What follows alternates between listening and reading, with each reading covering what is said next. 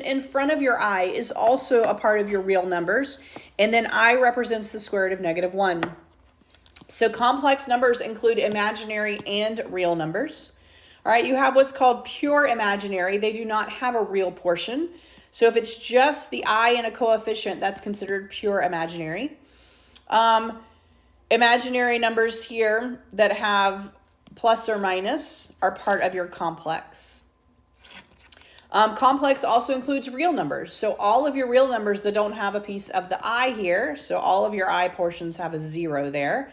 These are just real numbers. They don't have an imaginary piece. So complex puts together imaginary and real numbers. It has a real portion, which is A, an imaginary portion, which is the BI. Standard form always starts with the real part and ends with the imaginary. So real plus the imaginary piece. I'm actually going to graph these. Graphing these actually introduces almost like a third axis. So you have like a real axis and an imaginary axis is what happens. And so it's not like having a coordinate plane where you have X, Y, which are both in the real number.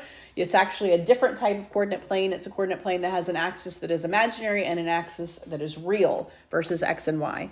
And so you basically just move according to your coefficients. So if this is -3 plus 2i, you move -3 on the real, 2 on the imaginary, and then your absolute value is going to be your distance. Well, your distance between those uses the distance formula. So the distance formula is where this comes from. But if I wanted you to find the absolute value here, you would just take the square root of the a squared, the real part, plus the b squared, the coefficient part. And that would be your absolute value of these two. And so if you were to look at this one, we're not going to graph it. I'm not going to make you graph it on the real and imaginary plane, but it wants you to find the absolute value. Finding the absolute value is really simple. I would just take the square root of the real piece, that's the 4, and square it, plus the coefficient here. Well, the coefficient here is -1, and square it.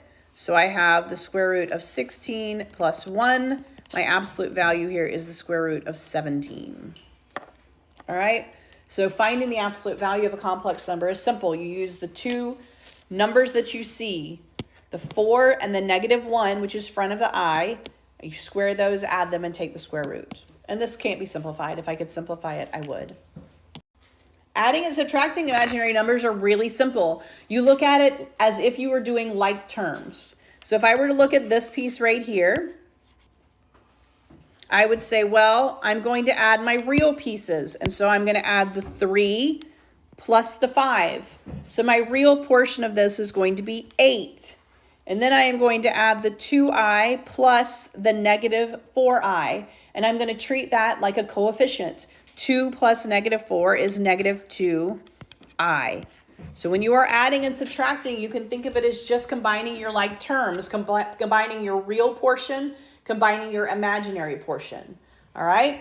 Subtracting, same thing, but you are subtracting. 5 minus 2 is going to give me a 3. That's my real portion. And then I have -3, don't forget you're subtracting, minus 6. -3 minus 6 gives me a -9i. So adding and subtracting is really simple. Combine your real parts, combine your imaginary parts. All right? Multiplying is also similar to what you would do with FOILing and distribution. All right? So when I distribute, I'm going to take this 5i and I'm going to multiply it through. 5i times 3, that gives me 15i. 5i times 2i, that gives me 10i squared. Now here's the difference. If this were an x, this would be my answer. All right, but we have to think about what I is. I is the square root of -1. And I said I have I squared. What happens when I square a square root? I just cancel the root. So this is actually just -1. I squared is the number -1. So I technically have 15i, that's the square root of -1. I don't do anything with that, but I have plus 10 times -1 because I squared is just -1. So that's actually the real part of this number.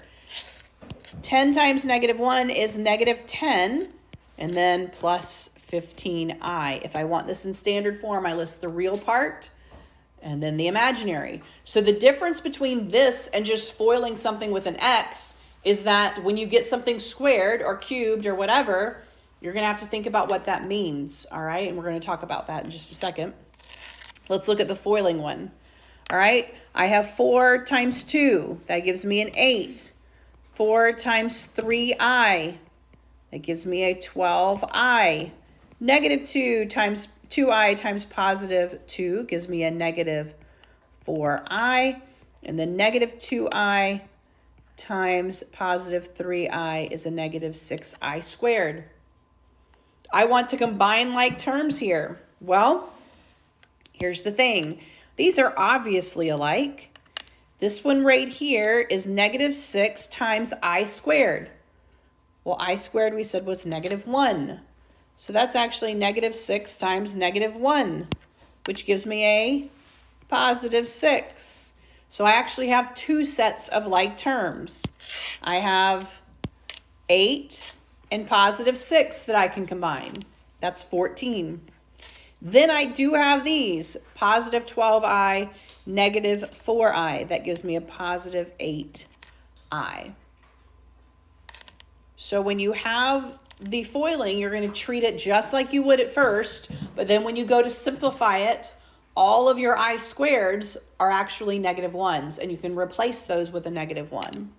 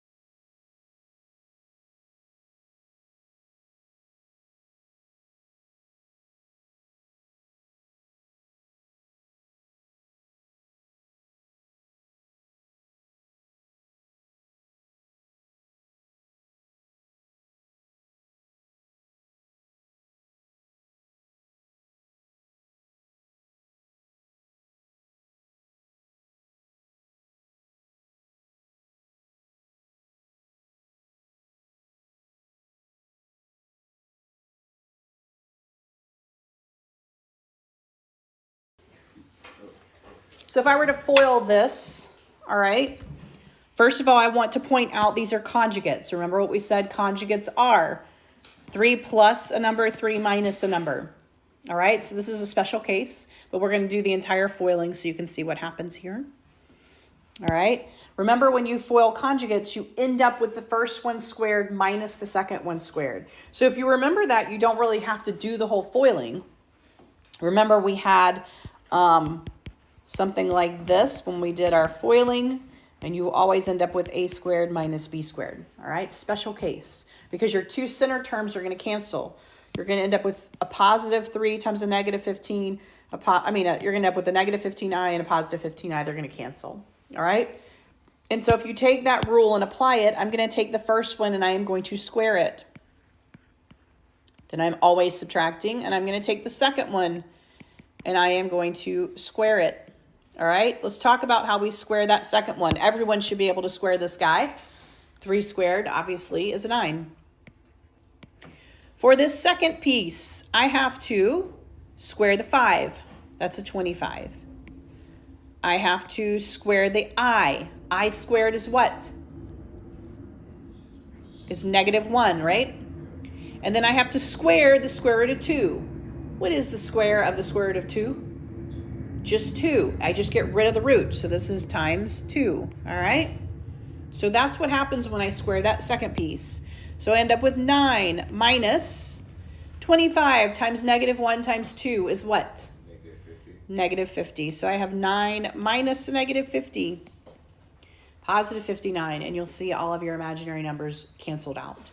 If I had FOILed it, the same thing would have happened. 3 times 3 is 9. 3 times -5i squared root of 2 is -15i squared root of 2. Positive 5i squared root of 2 times 3 is positive 15i squared root of 2. And then I end up with minus 5i squared root of 2 squared. So you'll see that if I have even FOILed it out, these middle terms cancel. That's what happens when you multiply conjugates, all right? If you don't remember that, you can FOIL it out and your middle terms will cancel. But if you remember, you can go straight to your shortcut. The first one squared minus the second one squared. All right, I want to talk really quickly about this I and what happens when you have multiple exponents here. All right, so we already know that I to the first power is just the square root of -1 or I. If I square it though, I have the square root of -1 times the square root of -1. When you multiply roots by themselves, it just cancels. So that's why this guy equals -1. All right. If I have I cubed, I have I squared times I, which is how I get -I, because I squared is just -1. And I to the fourth is -1 times -1, because that's I squared times I squared. So I get +1. And so these 4 start repeating. You'll notice that if I go to I to the 5th, that's like I to the 4th times I. Well, I to the 4th was just 1. So you'll see that I to the 5th and I are the same one. I to the 6th and I squared are the same. So it always goes by 4s. So there's an easy way to do this. Divide your exponent by 4 and just use your remainder, and it will be one of these 3. All right, it will be one of these 3. So if I were to simplify these that they give me, if we look at the I to the 8th power, right? I'm going to end up with I to the 4th, I to the 4th. I'm actually going to have a remainder of 0. So if I take I to the 8th, I take that 8 divided by 4. My remainder, it's 2 remainder, 0. So I'm going to use the I to the 4th. This is going to equal 1. If I did I to the 9th, I'm going to do 9 divided by 4. That's going to be 2 with a remainder of 1. So I'm going to use I to the first power. This is going to equal just I. If I have I to the 10th, I'm going to take the 10 divided by 4. That's 2 remainder of 2. I'm going to use the remainder. I to the 2nd, that's going to be -1. So you can have I to a large exponent and just use those 4 to go down it. All right, so let's look at this example. Simplify I to the 59th power. Well, I'm going to take 59 and I'm going to divide by 4, all right? 4 goes into 59, so goes into 5 one time, goes into 19 4 times with the remainder of 3. So I'm going to just use the I to the 3rd power, which is just -I. So they repeat every 4, all right? You're only going to get 4 answers for I to a power. It's either going to be I, -1, -I, or +1. That's how it's always going to be. And you can reduce all of them that way.